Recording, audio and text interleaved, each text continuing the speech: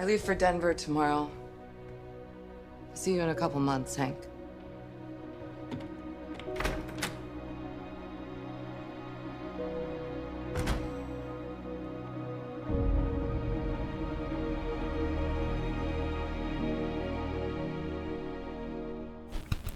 What up, y'all? This your boy Ace here, and welcome to Afternoons to man, this was a good episode. Way better than I expected.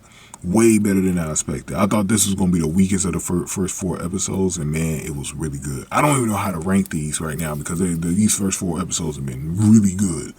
I love this episode, man. This was one of those episodes where you just really love Voight, bro.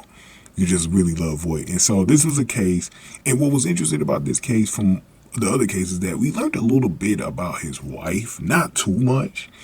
And one of the things that I was proposing for PD to do is, I'm not a huge fan of prequel type episodes, but I think we need one to really figure out how Voight was with his ex-wife, or his wife that got deceased. And we learned her name. Her name is Camille. And he was going through her boxes and stuff earlier in the episode because he had a leak in the basement.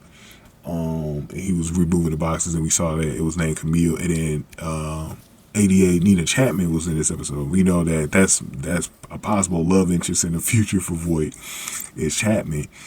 And I'll talk a little bit more about that part towards the end of the video. But so we have a case where this guy who was a part of these rapes, I'm going to say in 2009, and then he got this other guy to do it because the guy who was doing it before, he developed MS, so he wasn't physically able to, do the rapes like he's been doing before. So he got this guy named Hogan to do it for him. And so, but Hogan slipped up because most of the victims that the original guy had, I think his name was Gonzalez, and most of the victims that he had were brunettes in their 30s or whatever, and this one was a blonde. The last girl that he got was a blonde. So it was Hogan really just going off the books, and that's what got him caught. And luckily, and the reason why she was saved, check this out. So originally they tried to ask this judge named Judge Greggs. They tried to get a warrant, and this dude, oh my God, I wanted to punch this dude lights out, man. Oh, I'm at my son's recital. And he was like, I signed over a lot of your warrants already in this month alone. And he wasn't going to be willing to give it to him. He was going to let a girl potentially die on this dude's hands, bro. And it was pissing me off to no end. So one of the earlier victims, Tara Westwood, I don't know if y'all are familiar with Tara Westwood, but she's an actress, right? I'm familiar with some of her past work. She was a guest star, and she was one of the previous rape victims, right? And she was, looking to get some justice here, right? She was looking to get some justice.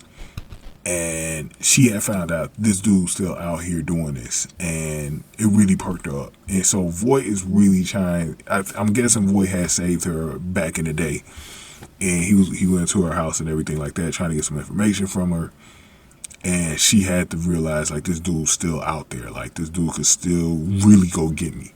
And so she was playing the character. Her name was let me look it up real quick. Her name was Suzanne Hall.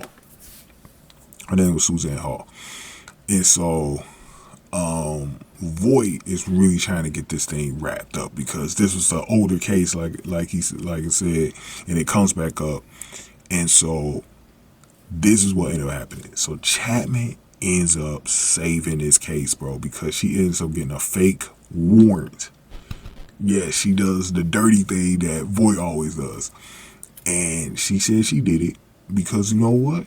Hey, you know what? She really cares for Voight, and she was willing to risk her position, and it was also risky for Voight too, because if that had gotten discovered that it was fake, bro, they would have been in deep trouble. But she says no one's going to find out about it, and had she not done that, that girl would not have survived, because he was literally looking like he was about to stab her, and Voight shoots him.